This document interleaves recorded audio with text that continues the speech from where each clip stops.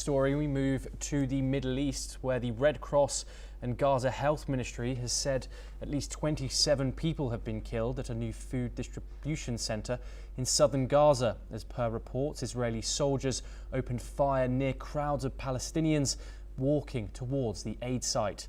This was the second such shooting by Israeli forces in 3 days near the same distribution site in the southern city of Rafah, according to reports.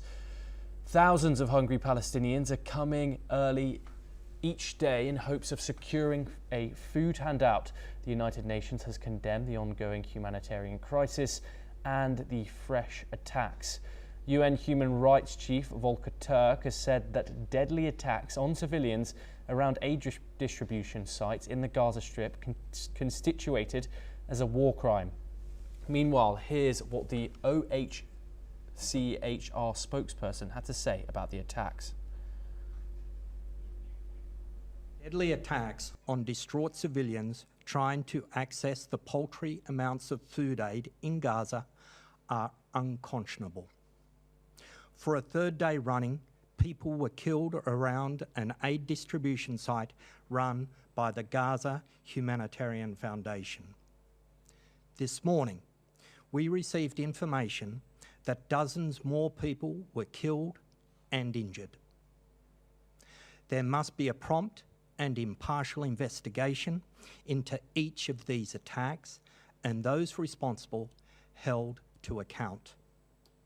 Attacks directed against civilians constitute a grave breach of international law and a war crime. We're now joined by Ross Feingold, political risk analyst, to discuss this in more detail. Ross, thank you very much for joining us on the programme. This is the second incident similar in the space of 3 days at this aid distribution point by the Gaza Humanitarian Foundation. We have constant conflicting reports, as we've had for most of this conflict, coming from Israel denying such actions, firing at civilians, and then we have the registered terrorist group Hamas, who claim otherwise. Where do you find the truth in something like this? It's obviously, we've seen the visuals of the chaos at these aid distribution sites. What are your thoughts on incidents like this? That's the nature of distributing food in a war zone. Unfortunately, the civilians are constantly caught in the middle between the ongoing fighting between Israel and Hamas. Hamas, despite Israel's efforts, is not finished as a fighting force. And there's fighting going on in many parts of the Gaza Strip, including near where aid distribution is occurring, unfortunately. But it's not Hamas's playbook to keep a distance from aid distribution. That's simply not what they're going to do. And it helps Hamas's cause to ensure that, frankly, that there is fighting near aid distribution. It gets more international criticism of Israel if Israel opens fire near where civilians are. Another thing, Ross, that's frequently mentioned about these aid sites is that there's only 4 currently. There is plans to open more, but concurrently they've been accused of using aid as warfare. They've been accused of forcibly displacing Palestinians to get this aid. What are your thoughts on these accusations, and also the way that the Gaza Humanitarian Foundation has acted so far? Yeah, those are all very legitimate questions to ask of Israel. Israel does have obligations under international law when it occupies territory to ensure that civilians do receive aid, and the civilians should receive aid safely. But again, this is a war zone, and unfortunately there are hostilities that are ongoing. And despite whatever efforts either the Israeli military or the Gaza Humanitarian Foundation makes, the war follows where people are, and that's just the reality of this fighting ever since October of 2023. We also have to keep in mind that the Gaza Humanitarian Foundation is a newly formed organization. Their leader just left a few days ago, so they have a leadership transition. Like it or not, for better or for worse, clearly there are some growing pains with the Gaza Humanitarian Foundation as well, which is very unfortunate, but at the moment they are the only game in town. They are the only organization that's able to provide aid on the ground. Ross, you do say that these people are getting caught up in a war zone, so this is something that's going to happen. But the accusation from coming in from inside of Gaza is that people are being shot while queuing for food. Is the aid system in Gaza no longer functioning as an aid point and more of a place of danger? Well, certainly it's a place of danger again, though. That's because of ongoing hostilities between Hamas and the Israeli military.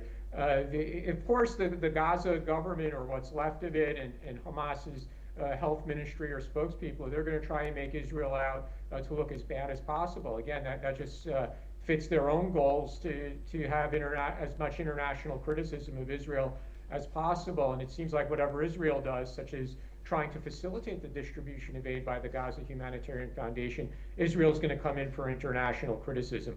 The best thing for civilians, and let's be absolutely clear on this, the best thing for civilians at the moment would be for Hamas to agree to the ceasefire proposal that the U.S. has made. Maybe that's not a long-term solution, and clearly Hamas wouldn't like it, but if they wanted to see aid delivered to civilians peacefully, then they should agree to the ceasefire proposal.